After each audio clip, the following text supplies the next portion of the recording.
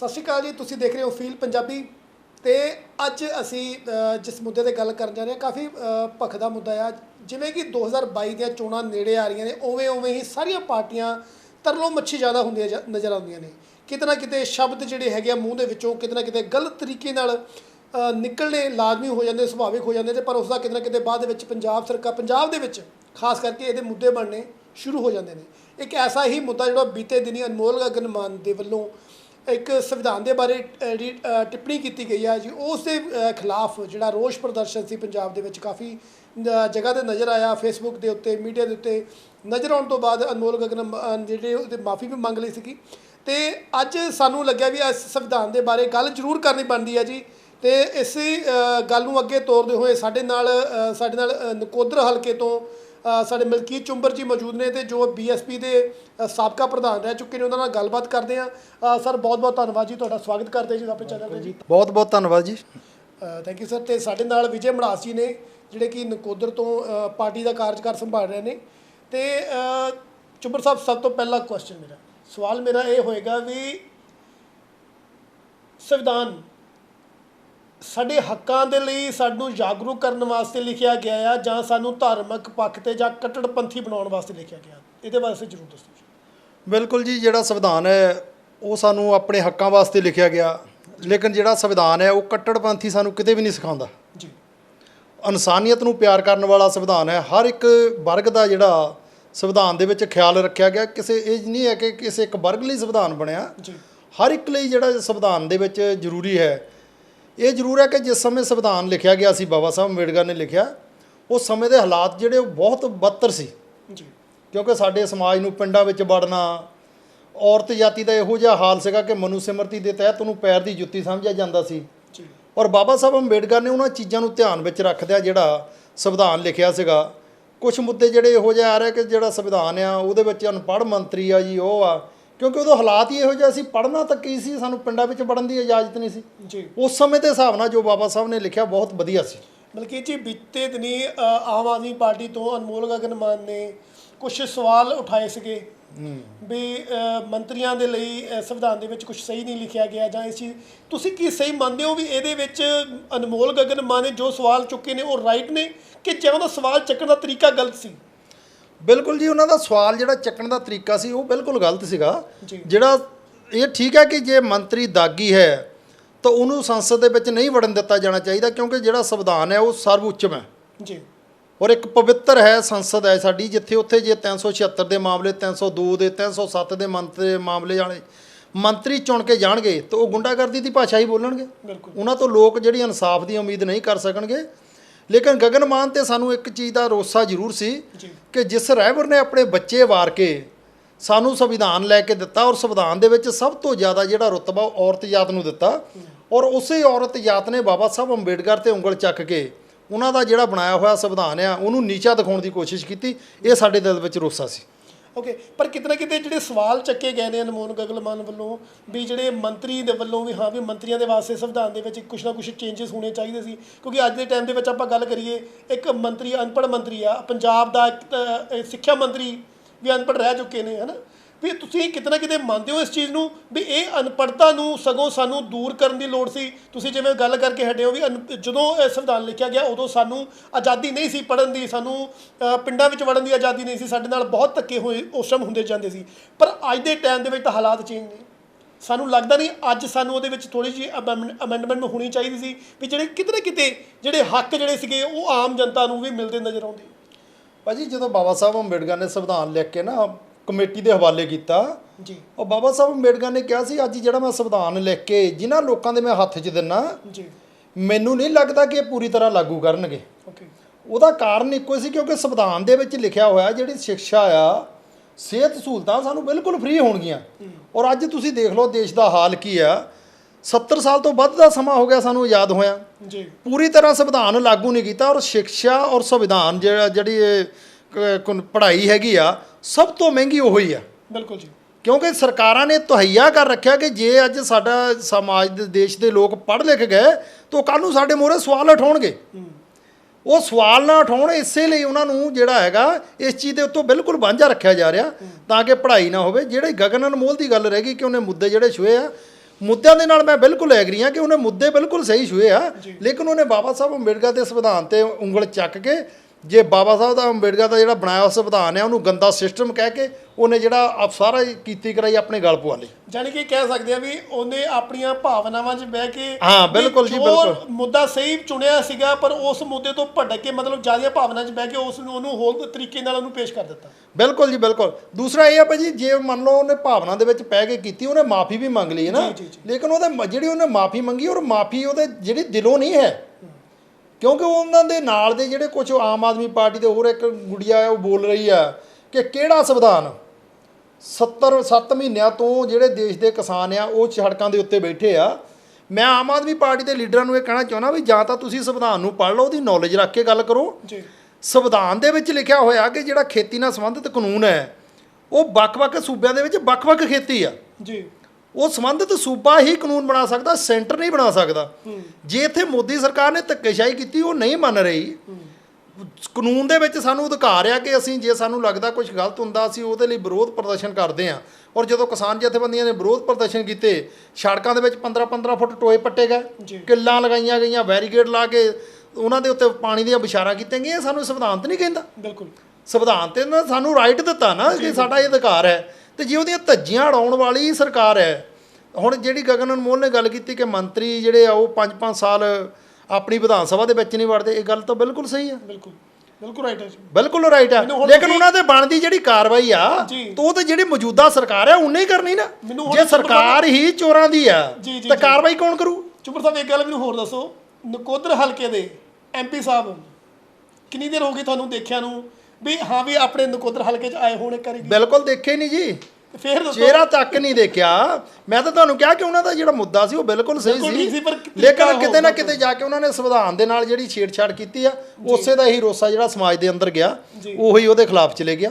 ਔਰ ਇੱਕ ਚੀਜ਼ ਮੈਂ ਕਹਿੰਦਾ ਕਿ ਇੱਕ ਅਨਮੋਲ ਗਗਨ ਦੇ ਨਾਲੋਂ ਇਹ ਕੁਦਰਤ ਵੀ ਕਰਾਉਂਦੀ ਆ ਕਿ ਅਨਮੋਲ ਗਗਨ ਮਾਨ ਨੇ ਜਿਹੜਾ ਸੰਵਿਧਾਨ ਤੇ ਉਂਗਲ ਚੱਕੀ, ਉਹਨੇ ਆਪਣੇ ਬੋਲਾਂ ਦੇ ਨਾਲ ਨਾਲ ਆਮ ਆਦਮੀ ਪਾਰਟੀ ਦਾ ਚਿਹਰਾ ਜਿਹੜਾ ਸੀਗਾ ਉਹ ਸੰਵਿਧਾਨ ਵਿਰੋਧੀ, ਉਹ ਵੀ ਸਾਬਤ ਕਰ ਦਿੱਤਾ ਕਿ ਜਿਹੜੀ ਆਮ ਆਦਮੀ ਪਾਰਟੀ ਆ ਉਹ ਸੰਵਿਧਾਨ ਦੇ ਵਿੱਚ ਵਿਸ਼ਵਾਸ ਬਿਲਕੁਲ ਨਹੀਂ ਰੱਖਦੀ। ਬਿਲਕੁਲ ਜੀ। ਚੁੰਬਰ ਸਾਹਿਬ ਤੁਸੀਂ ਗੱਲ ਕੀਤੀ ਆ ਵੀ ਜਿਹੜੇ ਵੀ ਰਾਈਟ ਸੀਗੇ ਸੰਵਿਧਾਨ ਦੇ ਵਿੱਚ ਲਿਖੇ ਹੋਇਆ, ਫ੍ਰੀ ਬਿਜਲੀ ਦਾ, ਫ੍ਰੀ ਐਜੂਕੇਸ਼ਨ ਦਾ, ਫ੍ਰੀ ਹੈਲਥ ਵਾਸਤੇ ਗੱਲ ਕੀਤੀ ਗਈ ਸੀ। ਹਾਂਜੀ। ਪਰ ਅੱਜ ਤੱਕ ਵੀ ਅਸੀਂ ਇਸ ਚੀਜ਼ ਲਈ ਸਰਕਾਰਾਂ ਨਾਲ ਲੜੇ ਨਹੀਂ। ਸਾਨੂੰ ਫ੍ਰੀ ਸਾਡੀ ਇਲਾਜ ਹੋਣੇ ਚਾਹੀਦੇ ਆ, ਫ੍ਰੀ ਐਜੂਕੇਸ਼ਨ ਹੋਣੀ ਚਾਹੀਦੀ ਆ। ਆਪਣੇ ਪੰਜਾਬ ਦੇ ਵਿੱਚ 20 ਸਾਲਾਂ ਦੇ ਵਿੱਚ ਪ੍ਰਾਈਵੇਟ ਸਕੂਲਾਂ ਨੇ ਇੰਨਾ ਦਬਦਬਾ ਕੰਮ ਕਰ ਲਿਆ ਕਿ ਜਿਹੜੇ ਸਾਡੇ ਪ੍ਰਾਈਵੇਟ ਸਕੂਲ, ਸਰਕਾਰੀ ਸਕੂਲ ਵੀ ਸੀ, ਉਹ ਵੀ ਕਿਤੇ ਨਾ ਕਿਤੇ ਦਬ ਕੇ ਰਹਿ ਗਿਆ। ਮੰਨਦੇ ਹੋ ਇਹ ਚੀਜ਼ ਕਿਤੇ ਨਾ ਕਿਤੇ ਕਮੀ ਮਹਿਸੂਸ ਹੋ ਰਹੀ ਆ? ਅੱਜ ਅਸੀਂ ਸਾਡੇ ਵਾਸਤੇ ਕੋਈ ਆਮ ਬੰਦਾ ਸੰਵਿਧਾਨ ਦੇ ਬਾਰੇ ਮਾੜਾ ਮੋਟਾ ਗਲਤ ਟਿੱਪਣੀ ਹੋ ਜਾਂਦੀ ਆ ਤੇ ਅਸੀਂ ਉਹਦੇ ਖਿਲਾਫ ਧਰਨਾ ਪ੍ਰਦਰਸ਼ਨ ਕਰ ਦਿੰਦੇ ਆ। ਪਰ ਲੱਗਦਾ ਵੀ ਇਸ ਚੀਜ਼ ਨਾਲੋਂ ਸਾਨੂੰ ਪਹਿਲਾਂ ਇਸ ਚੀਜ਼ ਦਾ ਵੀ ਸੰਵਿਧਾਨ ਦੇ ਜਿਹੜੇ ਅਸਲ ਰੂਲ ਨੇ ਸਾਨੂੰ ਸਰਕਾਰਾਂ ਤੱਕ ਪਹੁੰਚਾਉਣੇ ਚਾਹੀਦੇ ਵੀ ਉਹ ਲਾਗੂ ਕਰਵਾਉਣੇ ਚਾਹੀਦੇ ਨੇ। ਬਿਲਕੁਲ ਭਾਜੀ, ਕਿਉਂਕਿ ਜੇ ਸਰਕਾਰਾਂ ਮਾੜੀਆਂ ਨਾ ਤਾਂ ਅਸੀਂ ਲੋਕ ਵੀ ਉਹਦੇ ਲਈ ਜ਼ਿੰਮੇਵਾਰ ਹਾਂ ਜੀ। ਕਿਉਂਕਿ ਜਦੋਂ ਇਲੈਕਸ਼ਨ ਆਉਂਦੀ ਆ ਸਾਡੀਆਂ ਮੰਗਾਂ ਕੀ ਹੁੰਦੀਆਂ, ਸਾਡੀ ਨਾਲੀ ਬਣਾ ਦਿਓ, ਸਾਡੀ ਗਲੀ ਬਣਾ ਦਿਓ। ਕਦੀ ਕਿਸੇ ਨੇ ਨਹੀਂ ਕਿਹਾ ਵੀ ਚੱਜ ਦੇ ਹਸਪੀਟਲ ਚਾਹੀਦੇ ਆ, ਚੱਜ ਦੇ ਸਕੂਲ ਚਾਹੀਦੇ। ਮੰਗ ਤਾਂ ਸਾਡੀ ਇਹ ਹੋਣੀ ਚਾਹੀਦੀ ਆ। ਔਰ ਦੇਸ਼ ਦਾ ਸਿਸਟਮ ਖਰਾਬ ਕਰਨ ਲਈ ਕਿਤੇ ਨਾ ਕਿਤੇ ਅਸੀਂ ਲੋਕ ਵੀ ਦੋਸ਼ੀ ਆ, ਕਿਉਂਕਿ ਇਲੈਕਸ਼ਨਾਂ ਦੇ ਟਾਈਮ ਤੇ ਅਸੀਂ 500 ਰੁਪਇਆ ਲੈ ਲਿਆ, ਦਾਰੂ ਦੀਆਂ ਬੋਤਲਾਂ ਲੈ ਲਈਆਂ, ਉਹੀ ਸਾਡੇ ਨਿਘਾਰ ਦਾ ਜਿਹੜਾ ਕਾਰਨ ਬਣਿਆ। ਔਰ ਅੱਜ ਜਿਹੜੀ ਸਿੱਖਿਆ ਸਾਡੇ ਲਈ ਜ਼ਰੂਰੀ ਸੀ ਉਹਨੂੰ ਇੱਕ ਇਹਨਾਂ ਨੇ ਬਿਜ਼ਨਸ ਬਣਾ ਕੇ ਰੱਖ ਦਿੱਤਾ। ਉਹ ਬਿਜ਼ਨਸ ਇੱਦਾਂ ਵਾਲਾ ਬਣ ਗਿਆ ਕਿ ਆਮ ਜਿਹੜਾ ਬੰਦਾ ਆ ਉਹ ਬੱਚੇ ਪੜ੍ਹਾ ਹੀ ਨਹੀਂ ਸਕਦਾ, ਉਹਨਾਂ ਦੀ ਰੇਂਜ ਚੋਂ ਬਾਹਰ ਕਰ ਦਿੱਤਾ ਗਿਆ। ਸਰਕਾਰੀ ਸਕੂਲ ਹੈ ਉਹਦੇ ਵਿੱਚ ਟੀਚਰ ਇਹਨਾਂ ਕੋਲੋਂ ਪੂਰੇ ਨਹੀਂ ਹੋ ਰਹੇ। ਔਰ ਅੱਜ ਦੇ ਹਾਲਾਤ ਦੇਖ ਲਓ ਤੁਸੀਂ, ਪੰਜਾਬ ਦੇ ਹਾਲਾਤ ਦੇਖ ਲਓ, ਜਿਹੜੇ ਪੜ੍ਹੇ ਲਿਖੇ ਆ ਜਿਨ੍ਹਾਂ ਨੇ MA ਕੀਤੀ ਆ, BA ਕੀਤੀ ਆ, ਉਹ ਬੱਚੇ 10-10 11-11 ਹਜ਼ਾਰ ਤੇ ਜਿਹੜੀ ਆ ਨੌਕਰੀ ਕਰ ਰਹੇ ਆ।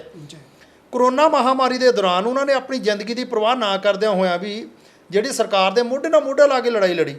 ਔਰ ਅੱਜ ਹੁਣ ਜਿਹੜੀ ਸਰਕਾਰ ਕਹਿੰਦੀ ਸੀ ਘਰ ਘਰ ਨੌਕਰੀ, ਉਹ ਘਰ ਘਰ ਨੌਕਰੀ ਦੇਣ ਦੀ ਬਜਾਏ ਜਿਨ੍ਹਾਂ ਨੇ ਇੰਨੀ ਮਹਾਮਾਰੀ ਦੇ ਦੌਰਾਨ ਕੰਮ ਕੀਤਾ ਉਹਨਾਂ ਨੂੰ ਦੇ ਕੀ ਰਹੀ ਆ?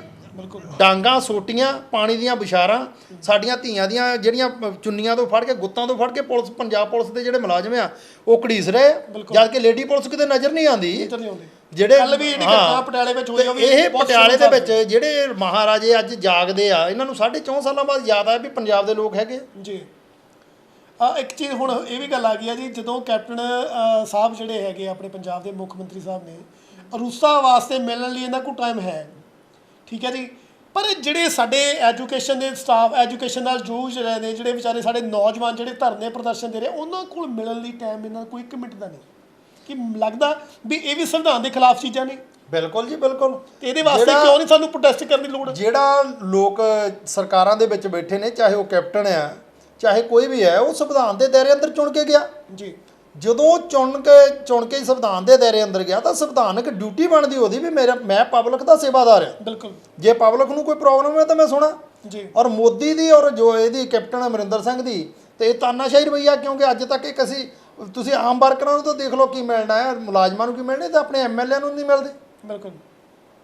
ਤੁਸੀਂ ਕਿਤੇ ਮੰਨਦੇ ਹੋ ਵੀ ਜਿਹੜਾ ਮੋਦੀ ਸਾਹਿਬ ਕਹਿੰਦੇ ਸੀਗੇ ਵੀ ਮੈਂ ਇੰਡੀਆ ਜਿਹੜੇ ਕਿਸਾਨਾਂ ਦੀ ਜਿਹੜੀ ਆਏ ਸੀ ਦੁੱਗਣੀ ਕਰ ਦੂੰ, ਮੈਂ ਉਹਨਾਂ ਦੀ ਹਾਲਾਤ ਸੁਧਾਰ ਦੂੰ, ਤੁਹਾਨੂੰ ਲੱਗਦਾ ਵੀ ਇਹ ਵਾਕਈ ਕੰਮ ਕਰ ਸਕਦੇ? ਕਿਉਂਕਿ ਮੈਨੂੰ ਤਾਂ ਲੱਗਦਾ ਵਾਕਈ ਜੋ ਮੋਦੀ ਕਹਿ ਰਿਹਾ ਸੱਚ ਹੋਇਆ।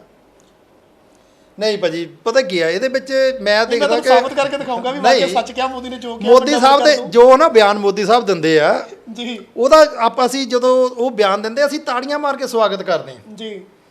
ਔਰ ਜਦੋਂ ਜਿਹੜੀ ਚੀਜ਼ ਉਹ ਕਹਿੰਦੇ ਲੇਕਿਨ ਹੁੰਦਾ ਉਹਦੇ ਉਲਟ ਆ। ਹੁਣ ਜਦੋਂ ਉਹਨਾਂ ਨੇ ਕਿਹਾ ਸੀ ਕਿ ਮੈਨੂੰ ਥੋੜਾ ਜਿਹਾ ਸਮਾਂ ਦਿਓ ਵੀ ਕਾਲਾ ਧਨ ਜਿਹੜਾ ਹੈਗਾ ਉਹ ਮੈਂ ਵਾਪਸ ਲੈ ਕੇ ਆਉਂ ਜੀ। ਕਾਲਾ ਧਨ ਦਾ 1 ਰੁਪਈਆ ਨਹੀਂ ਆਇਆ, ਲੇਕਿਨ ਜਿਹੜੀ ਨਵੀਂ ਕਰੰਸੀ ਬਣਾਉਣ ਲਈ ਕਰੋੜਾਂ ਦਾ ਘਪਲਾ ਕਰਕੇ ਦੇਸ਼ ਨੂੰ ਜਿਹੜਾ ਨਿਗਾਰ ਦੇ ਵੱਲ ਲੈ ਗਿਆ ਜੀ।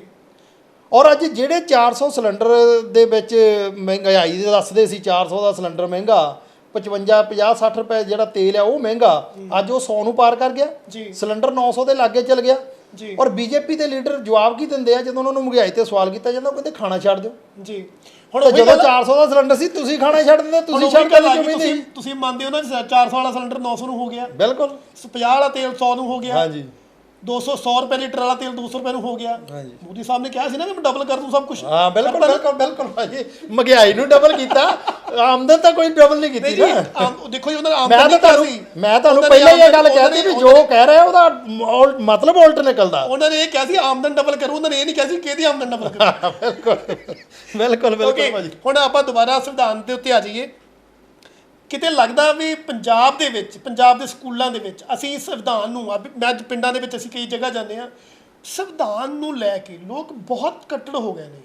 ਜੇ ਸੰਵਿਧਾਨ ਦੇ ਬਾਰੇ ਅਸੀਂ ਕਿਸੇ ਪਾਸੇ ਸ਼ਾਇਦ ਭੁੱਲ ਭੁਲੇਖੇ ਅਣਗੌਲਿਆਂ ਕੋਈ ਅਪਸ਼ਬਦ ਨਿਕਲ ਜਾਂਦੀ, ਕੋਈ ਗੱਲ ਨਿਕਲ ਜਾਂਦੀ ਆ, ਅਸੀਂ ਵੱਢਣ ਵਡਾਉਣ ਤੱਕ ਉੱਥੇ ਤੱਕ ਪਹੁੰਚ ਜਾਂਦੇ ਹਾਂ। ਅਸੀਂ ਉਹਨੇ ਗਲਤ ਕੀਤਾ ਉਹਦੇ ਵਾਸਤੇ ਅਸੀਂ ਟਿੱਪਣੀਆਂ ਕਰ ਦਿੰਦੇ ਹਾਂ। ਪਰ ਸਾਨੂੰ ਲੱਗਦਾ ਵੀ ਇਹ ਸੰਵਿਧਾਨ ਜਿਹੜਾ ਆ ਹਰੇਕ ਦੇ ਘਰ ਦੇ ਵਿੱਚ ਹੋਣਾ ਚਾਹੀਦਾ, ਹਰੇਕ ਬੱਚੇ ਦੇ ਹੱਥ ਵਿੱਚ ਹੋਣਾ ਚਾਹੀਦਾ, ਤੇ ਬੱਚੇ ਨੂੰ ਸੰਵਿਧਾਨ ਦੀ ਕੱਲੀ ਨੌਲੇਜ ਹੋਣੀ ਚਾਹੀਦੀ ਤਾਂ ਜੋ ਆਪਣੇ ਹੱਕਾਂ ਦੇ ਬਾਰੇ ਲੜ ਸਕੇ। ਬਿਲਕੁਲ ਭਾਜੀ ਬਿਲਕੁਲ। ਕਿਉਂਕਿ ਅਸੀਂ ਤਾਂ ਬਹੁਤ ਕੋਸ਼ਿਸ਼ ਕਰਦੇ ਆ, ਕਾਫੀ ਕਾਪੀਆਂ ਮੈਂ ਜਿਹੜੀਆਂ ਸੰਵਿਧਾਨ ਦੀਆਂ ਆਪਣੇ ਜਿਹੜੇ ਵਰਕਰ ਸਾਥੀ ਉਹਨਾਂ ਨੂੰ ਵੰਡੀਆਂ ਵੀ, ਮੇਰੇ ਖੁਦ ਵੀ ਘਰ ਪਿਆ ਸੰਵਿਧਾਨ, ਅਸੀਂ ਆਪਣੇ ਬੱਚਿਆਂ ਨੂੰ ਵੀ ਪੜ੍ਹਾਉਂਦੇ ਆ। ਲੇਕਿਨ ਜਿਹੜੀ ਅਸੀਂ ਵਿਰੋਧ ਦੀ ਗੱਲ ਕਰਦੇ ਹਾਂ ਕਿ ਕੋਈ ਸੰਵਿਧਾਨ ਦੇ ਵਿਰੋਧ 'ਚ ਬੋਲਦਾ, ਤੁਸੀਂ ਅੱਜ ਤੱਕ ਜਿੰਨੇ ਵੀ ਮੈਟਰ ਆ ਭਾਜੀ ਦੇਖ ਲਓ, ਉਹ ਸਾਡੇ ਮਹਾਂਪੁਰਸ਼ਾਂ ਦੇ ਸੰਬੰਧਿਤ ਹੀ ਆਉਂਦੇ ਆ। ਜੇ ਬਾਬਾ ਸਾਹਿਬ ਦਾ ਕਿਤੇ ਸਟੈਚੂ ਲੱਗਿਆ ਉਹਨੂੰ ਤੋੜਿਆ ਜਾਂਦਾ। ਜਿਹੜੇ ਲੋਕ ਬਾਬਾ ਸਾਹਿਬ ਦਾ ਸਟੈਚੂ ਬਰਦਾਸ਼ਤ ਨਹੀਂ ਕਰਦੇ, ਉਹ ਬਾਬਾ ਸਾਹਿਬ ਦਾ ਸੰਵਿਧਾਨ ਕਿਸ ਤਰ੍ਹਾਂ ਬਰਦਾਸ਼ਤ ਕਰਨਗੇ? ਕਿਉਂਕਿ ਸਾਡਾ ਜਿਹੜੀ ਚੀਜ਼ ਹੈਗੀ ਆ, ਮੈਂ 2-3 ਸਾਲ ਤੋਂ ਰੌਲਾ ਪਾਉਂਦਾ ਨਾ ਕਿ ਜਦੋਂ 2014 'ਚ ਮੋਦੀ ਦੀ ਸਰਕਾਰ ਬਣੀ ਔਰ ਬੀਜੇਪੀ ਦੇ ਲੋਕਾਂ ਨੇ ਕਹਿਣਾ ਸ਼ੁਰੂ ਕੀਤਾ ਸੀ ਕਿ 2024 ਦੀ ਇਲੈਕਸ਼ਨ ਨਹੀਂ ਕਰਾਵਾਂਗੇ, ਨਵਾਂ ਸੰਸਦ ਹੋ ਗਿਆ, ਨਵਾਂ ਸੰਵਿਧਾਨ ਹੋ ਗਿਆ, ਤਾਂ ਲੱਗਦਾ ਹੀ ਹੈ ਕਿ ਜੇ ਕਿਸਾਨੀ ਅੰਦੋਲਨ ਐਡਾ ਵੱਡਾ ਅੰਦੋਲਨ ਹੋਣ ਦੇ ਬਾਵਜੂਦ ਸਰਕਾਰ ਟਸ ਤੋਂ ਮਸ ਨਹੀਂ ਹੋ ਰਹੀ, ਤੇ ਇਹ ਤਾਂ ਸਾਫ਼ ਹੀ ਦਿਸਦਾ ਕਿ ਉਹ ਮਨੂ ਸਿਮਰਤੀ ਦੁਆਰਾ ਲਾਗੂ ਕਰਨਗੇ। ਬਿਲਕੁਲ ਜੀ। ਅੱਛਾ, ਹੁਣ ਗੱਲ ਕਰਦੇ ਜੀ ਸੰਵਿਧਾਨ ਦੀ। ਜਿਹੜੇ ਸੰਵਿਧਾਨ ਦੇ ਵਿੱਚ ਜਿੱਦਾਂ ਹੁਣ ਅਨਮੋਲ ਗਗਨਮਾਨ ਨੇ ਕਿਹਾ ਵੀ ਮੰਤਰੀਆਂ ਵਾਸਤੇ, ਜਿਹੜੇ ਮੰਤਰੀਆਂ ਦੇ ਲਈ ਖਾਸ, ਲੀਡਰਾਂ ਦੇ ਲਈ ਖਾਸ ਅਮੈਂਡਮੈਂਟ ਹੋਣੀ ਚਾਹੀਦੀ ਹੈ ਜਾਂ ਨਹੀਂ? ਬਿਲਕੁਲ ਹੋਣੀ ਚਾਹੀਦੀ ਜੀ, ਇਹ 'ਚ ਕੋਈ ਦੋ ਰਾਮਾ ਨਹੀਂ। ਕਿਉਂਕਿ ਜੇ ਦੇਖੋ ਇੱਕ ਲੁਧਿਆਣੇ ਦੇ ਵਿੱਚ ਮਾਮਲਾ ਫਸਿਆ ਸੀਗਾ, ਉਹ ਡੀਐਸਪੀ ਨਾਲ ਆਸ਼ੂ ਜਿਹੜਾ ਭੂਸ਼ਣ ਮੰਤਰੀ ਆ, ਉਹਨੇ ਕਿਹਾ ਸੀ ਤੂੰ ਇਸ ਕੰਮ 'ਚ ਦਖਲ ਕਿਉਂ ਦਿੰਦਾ? ਉਹ ਕਹਿੰਦਾ ਜੀ ਮੈਨੂੰ ਹਾਈ ਕੋਰਟ ਦੀਆਂ ਹਦਾਇਤਾਂ, ਕਹਿੰਦਾ ਤੈਨੂੰ ਸਮਝ ਨਹੀਂ ਲੱਗਦੀ, ਇੱਕ ਮੰਤਰੀ ਬੋਲਦਾ, ਜਾਂ ਹਾਈ ਕੋਰਟ ਨੂੰ ਕਹਦੇ ਮੰਤਰੀ ਕੰਮ ਨਹੀਂ ਕਰਨ ਦਿੰਦਾ। ਮੰਤਰੀ ਸੰਵਿਧਾਨ ਤੋਂ ਉੱਤੇ ਹੋ ਗਿਆ। ਬਿਲਕੁਲ। ਜੇ ਇਹੋ ਜਿਹੇ ਮੰਤਰੀ ਹੋਣਗੇ ਜਿਹੜੇ ਅਫਸਰਾਂ ਨੂੰ ਧਮਕਾਉਣਗੇ ਕਿ ਮੰਤਰੀ ਬੋਲਦਾ, ਜਾਂ ਕੋਰਟ ਨੂੰ ਕਹਦੇ ਕਿ ਮੈਂ ਮੰਤਰੀ ਮੈਨੂੰ ਕੰਮ ਨਹੀਂ ਕਰਨ ਦਿੰਦਾ, ਤਾਂ ਉੱਥੇ ਤਾਂ ਫਿਰ ਜਿਹੜਾ ਸਾਡਾ ਕੋਰਟ ਸੀਗਾ ਉਹਨੂੰ ਡਿਸੀਜਨ ਲੈਣਾ ਚਾਹੀਦਾ ਸੀ। ਬਿਲਕੁਲ। ਉੱਥੇ ਠੁਕਿਆ ਕੌਣ ਆ? ਜਿਹੜਾ ਸੰਵਿਧਾਨ ਦੀ ਪਾਲਣਾ ਕਰਾਉਣ ਵਾਲਾ ਸੀ। ਜਿਹੜਾ ਪਾਲਣਾ ਕਰਾਉਣ ਵਾਲਾ ਸੀ ਉਹ ਠੁੱਕ ਗਿਆ, ਜਿਹੜਾ ਸੰਵਿਧਾਨ ਦੀਆਂ ਧੱਜੀਆਂ ਉਡਾਉਣ ਵਾਲਾ ਸੀਗਾ ਉਹ ਲੋਕਾਂ ਦੇ ਉੱਤੇ ਮੰਤਰੀ ਬਣ ਕੇ ਬੈਠਾ। ਤਾਂ ਕਿਤੇ ਨਾ ਕਿਤੇ ਬਾਬਾ ਸਾਹਿਬ ਦੀ ਉਹ ਕਈ ਗੱਲ ਸਾਬਤ ਹੋ ਰਹੀ ਆ ਵੀ ਜਿਹੜੇ ਸੰਵਿਧਾਨ ਨੂੰ ਚਲਾਉਣ ਵਾਲੇ ਲੋਕ ਆ, ਜੇ ਤਾਂ ਚੰਗਿਆਂ ਲੋਕਾਂ ਦੇ ਹੱਥ ਵਿੱਚ ਸੰਵਿਧਾਨ ਹੋਵੇਗਾ ਤਾਂ ਉਹ ਵਧੀਆ ਸਾਬਤ ਹੋਵੇਗਾ, ਅਗਰ ਗਲਤ ਲੋਕਾਂ ਦੇ ਹੱਥ 'ਚ ਚਲੇ ਜਾਂਦਾ ਤਾਂ ਸੰਵਿਧਾਨ ਜਿਹੜਾ ਉਹ ਗਲਤ ਸਾਬਤ ਹੋਵੇਗਾ। ਕਿਤੇ ਲੱਗਦਾ ਵੀ ਬਾਬਾ ਸਾਹਿਬ ਦੀ ਫੋਟੋ ਵੀ ਉਹ ਪੁਜਾਰੀਵਾਦ ਨੇ ਯੂਜ਼ ਕਰ ਲਈ ਆ, ਉਹਨੂੰ ਵੀ ਰੱਬ ਦਾ ਦਰਜਾ ਦੇ ਕੇ ਬਿਲਕੁਲ ਜੀ, ਉਹਨੂੰ ਬਿਲਕੁਲ ਰੱਬ ਬਣਾ ਦਿੱਤਾ ਗਿਆ ਤੇ ਸਾਨੂੰ ਅਸੀਂ ਉਹਦੇ ਵਿੱਚ ਫਸ ਗਏ ਜਾ ਕੇ। ਬਿਲਕੁਲ ਜੀ ਬਿਲਕੁਲ। ਜਿਹੜੀ ਚੀਜ਼ ਲਈ ਉਹਨਾਂ ਨੇ ਦੇਖੋ ਆਪਣਾ ਪਰਿਵਾਰ ਵਾਰਿਆ, ਸਾਡੇ ਬੱਚੇ, ਮੈਂ ਕਹਿੰਦਾ ਮੇਰਾ ਬੱਚਾ ਬਿਮਾਰ ਹੋ ਜਾਂਦਾ ਮੈਂ ਸਾਰੇ ਕੰਮ ਛੱਡ ਕੇ ਆਪਣੇ ਬੱਚੇ ਨੂੰ ਚੱਕ ਕੇ ਦੌੜਦਾ ਕਿ ਮੇਰਾ ਬੱਚਾ ਯਾਰ ਠੀਕ ਹੋ ਜਾਏ ਜੀ। ਮੈਂ ਕਹਿੰਦਾ ਧੰਨ ਆ ਸਾਡੇ ਰਹਿਬਰ ਜਿਨ੍ਹਾਂ ਨੇ ਕੱਫਣ ਤੋਂ ਬਿਨਾਂ ਵੀ ਆਪਣੇ ਪੁੱਤ ਤੋਰ ਦਿੱਤੇ, ਲੇਕਿਨ ਸਾਨੂੰ ਕਰੋਨਾ ਪੁੱਤਾਂ ਨੂੰ ਅੱਜ ਮੈਂ ਚਿੱਟਾ ਕੁੜਤਾ ਪਜਾਮਾ ਪਾ ਕੇ ਬੈਠਾ, ਤੁਸੀਂ ਮੇਰੀ ਇੰਟਰਵਿਊ ਲੈਨੇ, ਮੇਰੀ ਕੋਈ ਔਕਾਤ ਨਹੀਂ ਹੈ ਇਹ ਦੇਣ ਮੈਨੂੰ ਮੇਰੇ ਬਾਬਾ ਸਾਹਿਬ ਅੰਬੇਡਕਰ ਦੀ ਆ, ਜਿਨ੍ਹਾਂ ਨੇ ਸਾਨੂੰ ਅੱਜ ਇੱਥੇ ਤੱਕ ਲਿਆਂਦਾ। ਲੇਕਿਨ ਸਾਨੂੰ ਤਕਲੀਫ ਇਸ ਚੀਜ਼ ਦੀ ਆਉਂਦੀ ਵੀ ਜਦੋਂ ਸਾਡਾ ਪੜ੍ਹਿਆ ਲਿਖਿਆ ਸਮਾਜ ਹੈ, ਉਹਨਾਂ ਨੇ ਬਾਬਾ ਸਾਹਿਬ ਅੰਬੇਡਕਰ ਦੀਆਂ ਸਹੂਲਤਾਂ ਤਾਂ ਸਾਰੀਆਂ ਲਈਆਂ, ਲੇਕਿਨ ਉਹਨਾਂ ਸਹੂਲਤਾਂ ਦਾ ਜਿਹੜਾ ਕਾਰਜ ਸੀਗਾ ਉਹ ਨਹੀਂ ਚੁਕਾਇਆ ਜੀ। ਕਿਉਂਕਿ ਜਦੋਂ ਨੌਕਰੀ ਕਰਦੇ ਉਦੋਂ ਵੀ ਉਹਨਾਂ ਨੇ ਸਮਾਜ ਨੂੰ ਕੋਈ ਸੇਧ ਨਹੀਂ ਦਿੱਤੀ, ਸਮਾਜ ਦੀ ਬਾਂਹ ਨਹੀਂ ਫੜੀ। ਰਿਟਾਇਰ ਹੋਣ ਤੋਂ ਬਾਅਦ ਵੀ ਉਹ ਜਿਹੜਾ ਆ ਬਾਬਾ ਸਾਹਿਬ ਅੰਬੇਡਕਰ ਦੀ ਗੱਲ ਫੋਟੋ ਤਾਂ ਜ਼ਰੂਰ ਲਾਉਂਦੇ ਆ, ਲੇਕਿਨ ਉਹ ਬਾਬਾ ਸਾਹਿਬ ਦੀ ਗਈ ਗੱਲ ਦੇ ਉੱਤੇ ਕਵਰ ਨਹੀਂ ਕਰਦੇ। ਬਿਲਕੁਲ ਜੀ। ਅਸੀਂ ਗੱਲ ਕਰਦੇ ਹਾਂ ਵੀ ਅੱਜ ਦੇ ਟਾਈਮ ਦੇ ਵਿੱਚ ਐਸਸੀ ਸਮਾਜ, ਜਰਨਲ ਸਮਾਜ, ਅਸੀਂ ਇਸ ਚੀਜ਼ ਦੀ ਪੱਖ ਦੀ ਗੱਲ ਨਹੀਂ ਕਰਦੇ ਵੀ ਪੱਖ ਨਹੀਂ, ਅਸੀਂ ਕਿਸੇ 'ਚ ਵੰਡੀਆਂ ਨਹੀਂ ਪਾਉਣ ਦੀ ਗੱਲ ਨਹੀਂ ਕਰਦੇ, ਅਸੀਂ ਇੱਕ ਪੱਖ ਦੀ ਗੱਲ ਕਰਦੇ ਹਾਂ ਕਿ ਜਿਹੜੀ ਆਪਣੀ ਪੋਲੀਟੀਕਲ ਲਾਈਨ ਦੀ ਗੱਲ ਕਰਦੇ ਹਾਂ। ਜਿਹੜੇ ਆਪਣੇ ਲੋਕ ਨੇ ਜਿਹੜੇ ਅੱਜ ਅੰਬੇਡਕਰ ਸਾਹਿਬ ਦੇ ਜਿਹੜੇ ਨੂੰ ਵੀ ਮੰਨਦੇ ਨੇ, ਹੈ ਨਾ, ਆਪਣੇ ਜਿਹੜੇ ਉਹਨਾਂ ਨੇ ਲਿਖਿਆ ਸੰਵਿਧਾਨ ਲਿਖੇ ਨੂੰ ਵੀ ਮੰਨਦੇ ਨੇ, ਪਰ ਕਿਤੇ ਲੱਗਦਾ ਜਦੋਂ ਵੋਟਾਂ ਆਉਂਦੀਆਂ ਨੇ, ਜਦੋਂ ਸਾਡੇ ਕੋਲ ਵੋਟ ਪਾਉਣ ਦਾ ਅਧਿਕਾਰ ਆਉਂਦਾ ਤੇ ਅਸੀਂ ਆਪਣੇ ਜਿਹੜੇ ਨੁਮਾਇੰਦੇ, ਜਿਹੜੇ ਮਤਲਬ ਐਸਸੀ ਵਰਗ ਦੇ ਨੁਮਾਇੰਦਿਆਂ ਨੂੰ ਜਾਂ ਜਿਹੜੇ ਲੋਕ ਤੁਹਾਡੇ ਜਿਹੜੇ ਨੀਵੇਂ ਵਰਗ ਨਾਲ ਖੜ੍ਹਦੇ ਸੀਗੇ ਉਹਨਾਂ ਨੂੰ ਛੱਡ ਕੇ ਅਕਾਲੀ ਕਾਂਗਰਸ ਦੇ ਮਗਰ ਪੈ ਜਾਂਦੇ ਨੇ। ਨਹੀਂ ਇਹ ਨਹੀਂ ਹੈ ਭਾਜੀ, ਪਤਾ ਕੀ ਹੈ, ਜਦੋਂ ਚਲੋ ਮੰਨ ਲਓ ਜਿਹੜੀ ਸੰਵਿਧਾਨ ਆ, ਸੰਵਿਧਾਨ ਸਭ ਨੂੰ ਬਰਾਬਰਤਾ ਦੀ ਗੱਲ ਕਰਦਾ ਜੀ, ਸੰਵਿਧਾਨ ਸਾਨੂੰ ਕਿਤੇ ਨਹੀਂ ਕਹਿੰਦਾ ਕੱਟੜਦਾ। ਦੂਸਰੀ ਗੱਲ ਰਹਿ ਗਈ ਜੇ ਜਰਨਲ ਵਰਗ ਆ ਜਾਂ ਐਸਸੀ ਵਰਗ ਹੈ, ਸਾਡੇ ਲਈ ਜਾਤਾਂ ਪਾਤਾਂ ਬਾਅਦ ਵਿੱਚ ਹੈ, ਇਨਸਾਨੀਅਤ ਪਹਿਲਾਂ ਹੈ। ਬਿਲਕੁਲ ਜੀ।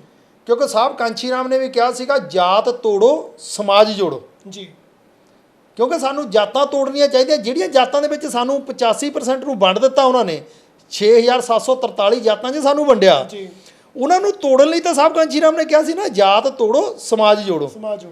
ਤੇ ਕੁਛ ਇਹਦੇ ਵਿੱਚੋਂ ਮੈਂ ਆਨਾਕਾਨੀ ਵੀ ਨਹੀਂ ਕਰੂੰਗਾ ਕਿ ਕੁਛ ਸਾਡੇ ਲੋਕ ਬਹੁਤ ਵੀ ਹੈ ਜੋ ਕੱਟੜਤਾ ਦੇ ਤੌਰ ਤੇ ਜੀ ਇਹ ਬ੍ਰਾਹਮਣ ਆ ਜੀ, ਉਹ ਫਲਾਨਾ ਆ, ਕਿਉਂਕਿ ਇਹਦੇ ਨਾਲ ਵੀ ਜਿਹੜਾ ਇਨਸਾਨੀਅਤ ਦਾ ਉਹ ਕਾਣ ਹੋ ਰਿਹਾ। ਕੁਛ ਬੁੱਧੀਜੀਵੀ ਲੋਕ ਜਿਹੜੇ ਸੀਗੇ, ਫੇਸਬੁੱਕੀ ਬੁੱਧੀਜੀਵੀ ਲੋਕ ਨੇ, ਉਹ ਇਹ ਗੱਲ ਬੋਲਦੇ ਨੇ ਸਾਡੇ ਡਾਕਟਰ ਅੰਬੇਦਕਰ ਸਾਹਿਬ, ਸਾਡਾ ਸੰਵਿਧਾਨ ਵੀ ਕੀ ਇਹ ਵਾਕਈ ਅੰਬੇਦਕਰ ਸਾਹਿਬ ਮੋਹਰ ਲਾ ਕੇ ਦੇ ਗਏ ਨੇ ਵੀ ਇਹ ਸੰਵਿਧਾਨ ਸਿਰਫ ਇੱਕ ਲੋਕਾਂ ਦੇ, ਇੱਕ ਕੈਟਾਗਰੀ ਦੇ ਲੋਕਾਂ ਦੇ ਲਈ ਆ ਜਾਂ ਬਾਕੀਆਂ ਲਈ ਕਿਸੇ ਸੰਵਿਧਾਨ ਨਹੀਂ ਹੈ ਇਹ।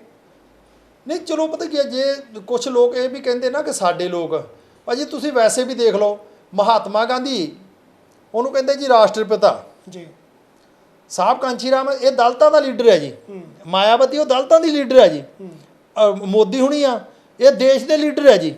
ਇਹ ਵਿਤਕਰੇਬਾਜੀ ਕਿਉਂ ਆ? ਕਿਉਂਕਿ ਵਿਤਕਰੇਬਾਜੀ ਕਿਤੇ ਨਾ ਕਿਤੇ ਤਾਂ ਜਿਹੜੀ ਹੈਗੀ ਆ, ਜਿਹੜੇ ਜਿਸ ਚੀਜ਼ ਲਈ ਸਾਨੂੰ ਮਜਬੂਰ ਕਰਦੇ ਆ ਸੋਚਣ ਲਈ, ਇਹ ਜਿਹੜੀ ਵਿਤਕਰੇਬਾਜੀ ਇਹ ਖਤਮ ਹੋਣੀ ਚਾਹੀਦੀ। ਜੇ ਲੀਡਰ ਆ ਉਹ ਚਾਹੇ ਕਿਸੇ ਵੀ ਸਮਾਜ ਦੇ ਵਿੱਚੋਂ ਆਉਂਦਾ ਤਾਂ ਫਿਰ ਉਹ ਦੇਸ਼ ਦਾ ਲੀਡਰ ਆ, ਜੇ ਇੱਕ ਨੈਸ਼ਨਲ ਪਾਰਟੀ ਦਾ ਲੀਡਰ ਆ ਤਾਂ ਫਿਰ ਉਹ ਪੂਰੇ ਦੇਸ਼ ਦਾ ਲੀਡਰ ਆ। ਬਿਲਕੁਲ, ਨਾ ਕਿ ਉਹ ਦਲਿਤ ਸਮਾਜ ਦਾ ਲੀਡਰ ਆ, ਨਾ ਉਹ ਜਰਨਲ ਸਮਾਜ ਦਾ ਲੀਡਰ, ਉਹ ਪੂਰੇ ਦੇਸ਼ ਦਾ ਲੀਡਰ ਆ। ਚੰਬਰ ਸਾਹਿਬ, ਦਲਿਤ ਕਿਹਨੂੰ ਮੰਨਦੇ ਹੋ ਤੁਸੀਂ? ਦਲਿਤ ਕੌਣ ਨੇ? ਦਲਿਤ ਤਾਂ ਦੇਖੋ ਜੀ, ਵੈਸੇ ਤਾਂ ਮੈਂ ਇਹ ਸ਼ਬਦ ਜਿਹੜਾ ਹੈਗਾ ਮੈਂ ਤਾਂ ਵੈਸੇ ਹੀ ਇਸ ਚੀਜ਼ ਨੂੰ ਮਾੜਾ ਸਮਝਦਾ। ਦਲਿਤ ਸ਼ਬਦ ਜਿਹੜਾ, ਅਸੀਂ ਦਲਿਤ ਸ਼ਬਦ ਨੂੰ ਵੀ ਇੱਕ ਉਦਾਹਰਨ ਦੇ ਤੌਰ ਤੇ ਦਿਖਾ ਸਕੀਏ ਦਲਿਤ ਸ਼ਬਦ ਦਾ ਮਤਲਬ ਕੀ ਹੈ। ਹਾਂ, ਦਲਿਤ ਸ਼ਬਦ ਜਿਹੜਾ ਹੈਗਾ, ਦਲਿਤ ਵੈਸੇ ਤਾਂ ਉਹਦੇ ਵਿੱਚ ਇਹ ਅਸੀਂ ਦਲਿਤ ਸ਼ਬਦ ਵਰਤ ਕੇ ਆਪਣੇ ਆਪ ਨੂੰ ਇਹ ਦਿਖਾਉਣਾ ਚਾਹੁੰਦੇ ਵੀ ਅਸੀਂ ਬਿਲਕੁਲ ਜਿਹੜੇ ਨੀਚੇ ਸਤਰ ਤੇ ਬੈਠੇ ਆ, ਜਦ ਕਿ ਬਾਬਾ ਸਾਹਿਬ ਅੰਬੇਡਕਰ ਨੇ ਸਾਨੂੰ ਸੰਵਿਧਾਨਕ ਅਧਿਕਾਰ ਦੇ ਕੇ ਸਾਨੂੰ ਬਰਾਬਰ ਲਿਆ ਕੇ ਦਿੱਤਾ। ਅੱਜ ਅਸੀਂ ਕੁਰਸੀਆਂ 'ਚ ਜੇ ਸਾਨੂੰ ਇਹ ਅਧਿਕਾਰ ਮਿਲਿਆ, ਅਸੀਂ ਪ੍ਰਧਾਨ ਮੰਤਰੀ ਰਾਸ਼ਟਰਪਤੀ ਤੱਕ ਬਣਦੇ। ਔਰ ਜੇ ਅਸੀਂ ਦਲਿਤ ਦੀ ਗੱਲ ਕਰੀਏ ਤਾਂ ਦਲਿਤ, ਮੈਂ ਇਹ ਕਹਿੰਦਾ ਕਿ ਦਲਿਤ ਹੋਣਾ ਜ਼ਰੂਰੀ ਨਹੀਂ, ਅੰਬੇਡਕਰ ਹੀ ਹੋਣਾ ਜ਼ਰੂਰੀ ਹੈ।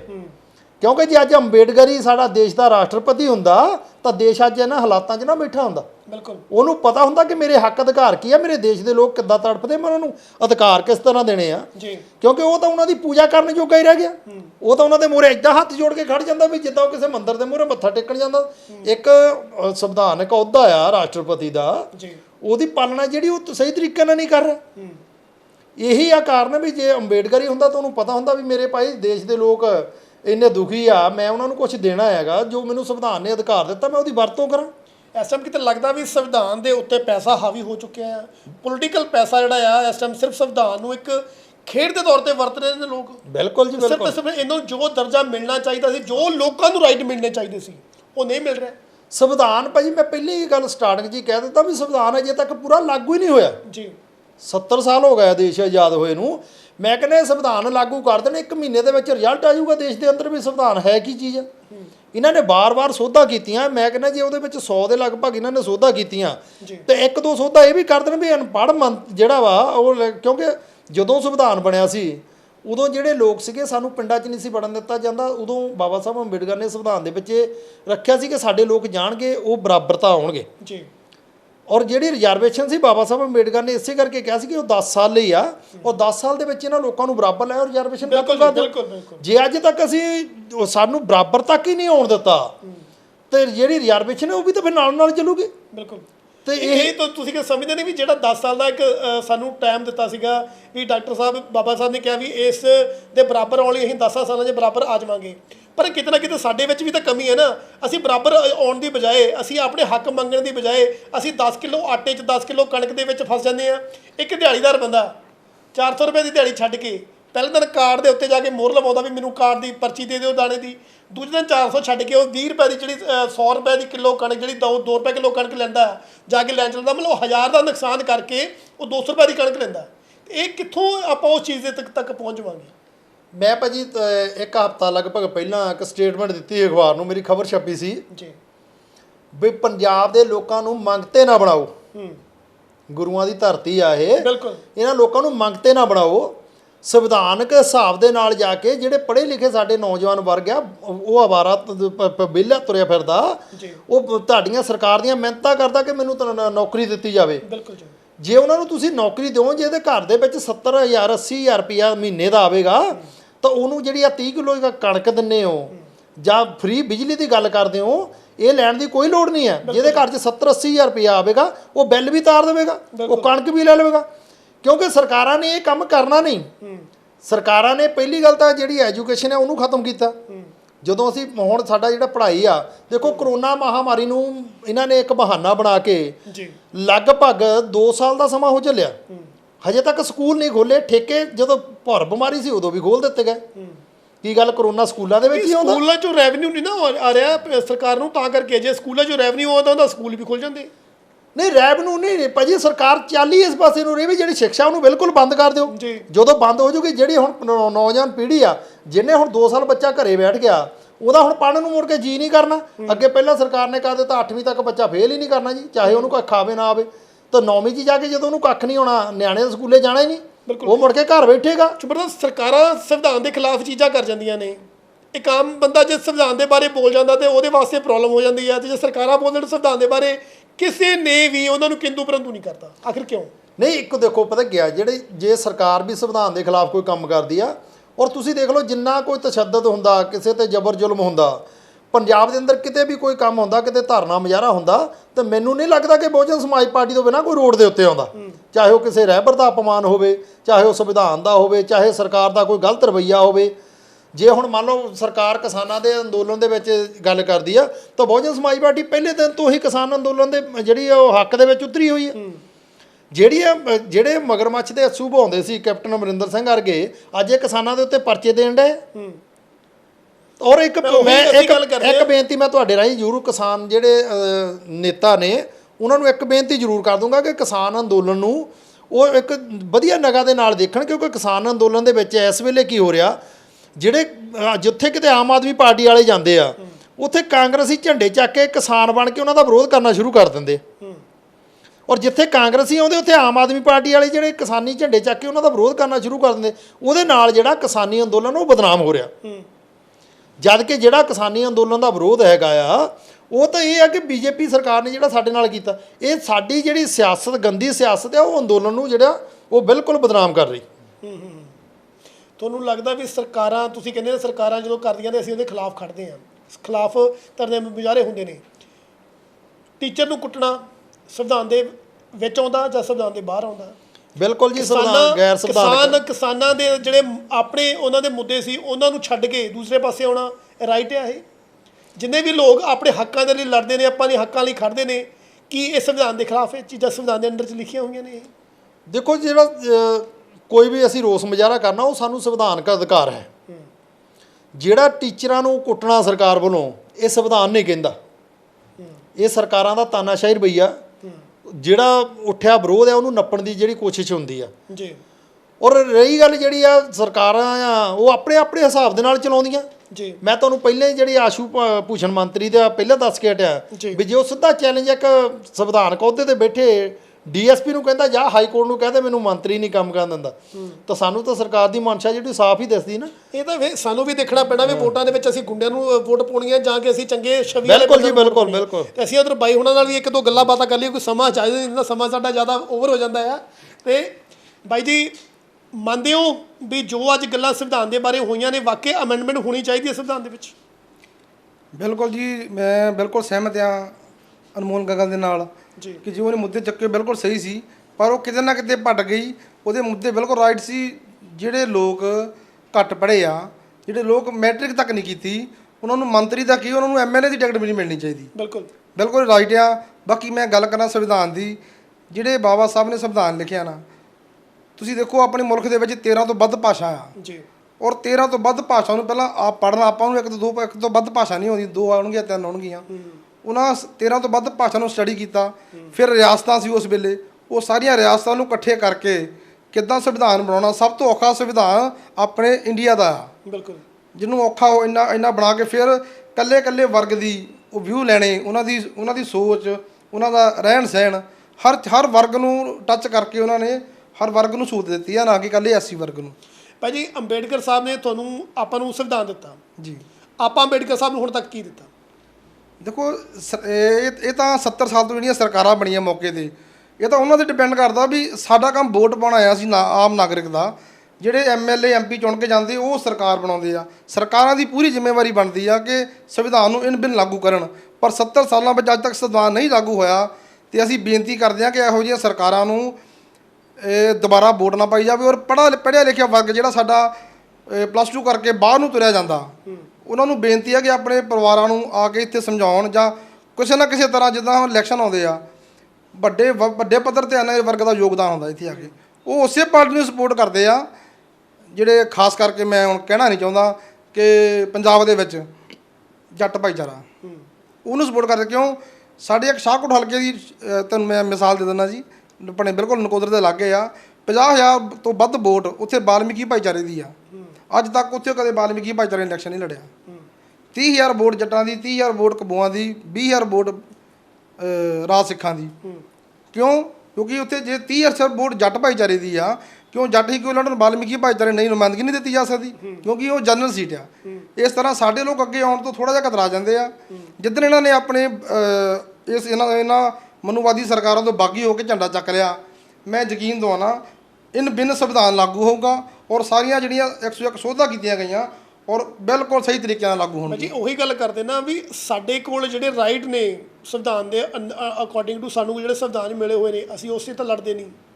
ਠੀਕ ਹੈ ਜੀ, ਸਾਨੂੰ ਜਿਹੜੇ ਰਾਈਟਸ ਚਾਹੀਦੇ ਸੀਗੇ, ਤੁਸੀਂ ਕਿਹਾ ਇਲੈਕਸ਼ਨ 'ਚ 50,000 ਵੋਟ ਸਾਡੇ ਕੋਲ ਉੱਥੇ ਆ, ਤੇ ਸਾਨੂੰ ਇਲੈਕਸ਼ਨ ਲੜਨ ਦੀ ਸਾਡੇ ਕੋਲ ਉੱਥੇ ਜਨਰਲ ਸੀਟ ਮਿਲ ਜਾਂਦੀ ਆ। ਹੁਣ ਗੱਲ ਇੱਥੇ ਆ ਗਈ ਵੀ ਅਸੀਂ ਜਦੋਂ ਤਾਂ ਕੋਈ ਬੰਦਾ ਕਿਸੇ ਚੀਜ਼ ਦੇ ਬਾਰੇ ਟਿੱਪਣੀ ਗਲਤ ਹੋ ਜਾਂਦੀ, ਅਸੀਂ ਸਾਰੇ ਟੁੱਟ ਕੇ ਪੈ ਜਾਂਦੇ ਹਾਂ। ਇਸ ਪਾਸੇ ਨੂੰ ਤੁਸੀਂ ਕਿਉਂ ਨਹੀਂ ਚੀਜ਼ ਕਰਦੇ ਵੀ ਹਾਂ ਵੀ ਸਾਨੂੰ ਲੜਨ ਦਾ ਰਾਈਟ ਦਿੱਤਾ ਜਾਵੇ? ਇਹਦੇ ਜਨਰਲ ਜਗ੍ਹਾ 'ਤੇ ਕੈਟਾਗਰੀ ਜਿਹੜੀ ਹਰੇਕ ਕੈਟਾਗਰੀ ਦਾ ਬੰਦਾ ਹੋਵੇ, ਜਿਹੜਾ ਮਰਜ਼ੀ ਵੋਟ ਲੜੇ, ਇਹਦੇ ਕੈਟਾਗਰੀ ਖਤਮ ਹੀ ਹੋ ਜਾਣ। ਬਿਲਕੁਲ ਜੀ, ਚਾਹੇ ਉਹ ਐਸਸੀ ਹੋਵੇ, ਚਾਹੇ ਉਹ BC ਹੋਵੇ, ਚਾਹੇ ਉਹ ਜਨਰਲ ਹੋਵੇ, ਬੰਦਾ ਜਿਹੜੀ ਮਰਜ਼ੀ ਜਗ੍ਹਾ 'ਤੇ ਜਿਹੜੇ ਮਰਜ਼ੀ ਕੈਟਾਗਰੀ ਦਾ ਬੰਦਾ ਲੜ ਸਕਦਾ ਹੋਵੇ। ਬਿਲਕੁਲ ਮੈਂ ਤੁਹਾਡੇ ਨਾਲ ਬਿਲਕੁਲ ਸਹਿਮਤ ਹਾਂ। ਇਹ ਕੁਛ ਲੋਕਾਂ ਨੂੰ ਸੰਵਿਧਾਨ ਦੀ ਸਮਝ ਨਾ ਹੋਣ ਕਰਕੇ ਇਹੋ ਜਿਹੇ ਮੰਦਭਾਗੀ ਘਟਨਾ ਕਈ ਵਾਰੀ ਵਾਪਰ ਜਾਂਦੀ ਆ ਜੀ। ਦੇਖੋ ਜਿਸ ਤਰ੍ਹਾਂ ਆਪਾਂ ਰਾਮਾਇਣ ਮਹਾਭਾਰਤ TV 'ਤੇ ਦਿਖਾਉਂਦੇ ਆ, ਜੇ ਕਿਤੇ ਨਾ ਕਿਤੇ ਸੰਵਿਧਾਨ ਵੀ ਦਿਖਾਇਆ ਜਾਵੇ, ਜਿਹੜੇ ਘਰ ਬੈਠੇ ਲੋਕ ਜਿਹੜੇ ਇੰਨੀ ਬਰੀਕੀ ਨਾਲ TV 'ਚ ਰਾਮਾਇਣ ਦੇਖ ਸਕਦੇ ਆ, ਇੰਨੀ ਬਰੀਕੀ 'ਚ ਮਹਾਭਾਰਤ ਦੇਖ ਸਕਦੇ ਆ, ਕਿ ਉਹ ਸੰਵਿਧਾਨ ਨਹੀਂ ਦੇਖਣਗੇ? ਉਹਨਾਂ ਨੂੰ ਸੰਵਿਧਾਨ ਦੀਆਂ ਧਾਰਾਂ ਬਾਰੇ ਨਾ ਪਤਾ ਲੱਗੂਗਾ। ਉਹਨਾਂ ਨੂੰ ਸੰਵਿਧਾਨ ਦੀ ਇਕੱਲੀ ਬਰੀਕੀ 'ਚ ਜਾ ਕੇ ਉਹ ਹਰ ਚੀਜ਼ ਪਤਾ ਲੱਗੂਗੀ ਜਿਹੜੇ ਉਹਨਾਂ ਦੇ ਹੱਕਾਂ ਦੇ ਹੱਕ ਵਿੱਚ ਆ ਜਾਂ ਨਹੀਂ ਹੈਗੀ। ਤੇ ਜੇ ਅਸੀਂ ਉਹਨਾਂ ਨੂੰ ਸੰਵਿਧਾਨ ਪੜ੍ਹਾਵਾਂਗੇ ਨਹੀਂ, ਤੇ ਮੇਰੇ ਘਰ ਸੰਵਿਧਾਨ ਪਿਆ, ਮੈਂ ਆਪਣੇ ਬੱਚਿਆਂ ਨੂੰ ਤਾਂ ਪੜ੍ਹਾ ਸਕਦਾ, ਪਰ ਮੈਂ ਆਪਣੇ ਸ਼ਹਿਰ ਨੂੰ ਨਹੀਂ ਪੜ੍ਹਾ ਸਕਦਾ। TV ਇੱਕ ਤੁਹਾਡੇ ਮਾਧਿਅਮ ਤੋਂ ਇੱਕ ਮੀਡੀਆ ਇਹੋ ਜਿਹਾ ਲੋਕਤੰਤਰ ਦਾ ਥੰਮ ਆ। ਜਿਹਦੇ ਮਾਧਿਅਮ ਤੋਂ ਅਸੀਂ ਸੰਵਿਧਾਨ ਨੂੰ ਪੂਰੇ ਮੁਲਕ ਦੇ ਵਿੱਚ ਇਕੱਲੇ-ਇਕੱਲੇ ਘਰ ਦਿਖਾ ਸਕਦੇ ਹਾਂ। ਜੀ ਬਿਲਕੁਲ ਜੀ, ਬਹੁਤ ਬਹੁਤ ਧੰਨਵਾਦ ਤੁਹਾਡਾ ਸਰ। ਚੁੰਬਰ ਸਾਹਿਬ ਤੁਹਾਡਾ ਵੀ ਬਹੁਤ ਬਹੁਤ ਧੰਨਵਾਦ ਹੈ ਵੀ ਤੁਸੀਂ ਆਪਣਾ ਕੀਮਤੀ ਸਮਾਂ ਕੱਢ ਕੇ ਸਾਡੇ ਕੋਲ ਅੱਜ ਇੱਥੇ ਪਹੁੰਚੇ। ਬਿਲਕੁਲ ਜੀ, ਸਾਨੂੰ ਸੰਵਿਧਾਨ ਨੂੰ ਅਪਣਾਉਣ ਦੀ ਲੋੜ ਆ, ਸਾਨੂੰ ਉਹਨੂੰ ਜੋ ਉਹਦੇ ਵਿੱਚ ਲਿਖੀਆਂ ਹੋਈਆਂ ਚੀਜ਼ਾਂ ਨੇ ਸਾਨੂੰ ਉਹਨੂੰ ਮੰਨਣ ਦੀ ਲੋੜ ਆ, ਉਹਨੂੰ ਆਪਣੇ ਆਪ 'ਤੇ ਅਪਲਾਈ ਕਰਨ ਦੀ ਲੋੜ ਆ। ਜਿਵੇਂ ਕਿ ਅਸੀਂ ਆਪਣੀ ਸਿੱਖ ਧਰਮ ਦੇ ਵਿੱਚ ਅਸੀਂ ਜੇ ਗੱਲ ਕਰੀਏ ਗੁਰੂ ਸਾਹਿਬ ਦੇ, ਅਸੀਂ ਜੇ ਅਸੂਲਾਂ ਦੇ ਤੌਰ 'ਤੇ ਚੱਲ ਰਹੇ ਹਾਂ, ਕਿਰਤ ਕਰਦੇ ਹਾਂ, ਵੰਡ ਛਕਦੇ ਹਾਂ, ਉਸੇ ਹਿਸਾਬ ਦੇ ਨਾਲ ਹੀ ਅਸੀਂ ਜੋ ਡਾਕਟਰ ਅੰਬੇਦਕਰ ਸਾਹਿਬ ਸਾਨੂੰ ਸੰਵਿਧਾਨ ਦੇ ਵਿੱਚ ਸਾਡੇ ਰਾਈਟ ਲਿਖ ਕੇ ਦੇ ਕੇ ਗਏ ਨੇ, ਉਹਦੇ ਵਾਸਤੇ ਸਾਨੂੰ ਜਾਗਰੂਕ ਹੋਣਾ ਬਹੁਤ ਜ਼ਰੂਰੀ ਹੈ। ਜੇ ਅਸੀਂ ਉਸ ਸੰਵਿਧਾਨ ਦੇ ਵਿੱਚ ਜਾਗਰੂਕ ਹੀ ਨਹੀਂ ਹੋਵਾਂਗੇ ਤਾਂ ਅਸੀਂ ਅੱਗੇ ਲੜਾਈ ਕਿਵੇਂ ਲੜਾਂਗੇ। ਸਾਨੂੰ ਲੋੜ ਆ ਸਭ ਤੋਂ ਪਹਿਲਾਂ ਸੰਵਿਧਾਨ ਨੂੰ ਪੜ੍ਹਨ ਦੀ, ਉਹਦੇ ਇਕੱਲੇ ਚੈਪਟਰ ਨੂੰ ਕਲੋਜ਼ਲੀ ਵਾਚ ਕਰਨ ਦੀ, ਸਾਡੇ ਵਾਸਤੇ ਲਿਖਿਆ ਕੀ ਗਿਆ, ਤਾਂ ਹੀ ਅਸੀਂ ਜਾ ਕੇ ਉਸ ਚੀਜ਼ ਦੇ ਉੱਤੇ ਗੱਲਬਾਤ ਕਰ ਸਕਾਂਗੇ। ਥੈਂਕ ਯੂ ਸੋ ਮਚ ਜੀ, ਤੁਸੀਂ ਬਣੇ ਰਹੋ ਛਣਕਾਟਾ TV ਨਾਲ। ਧੰਨਵਾਦ।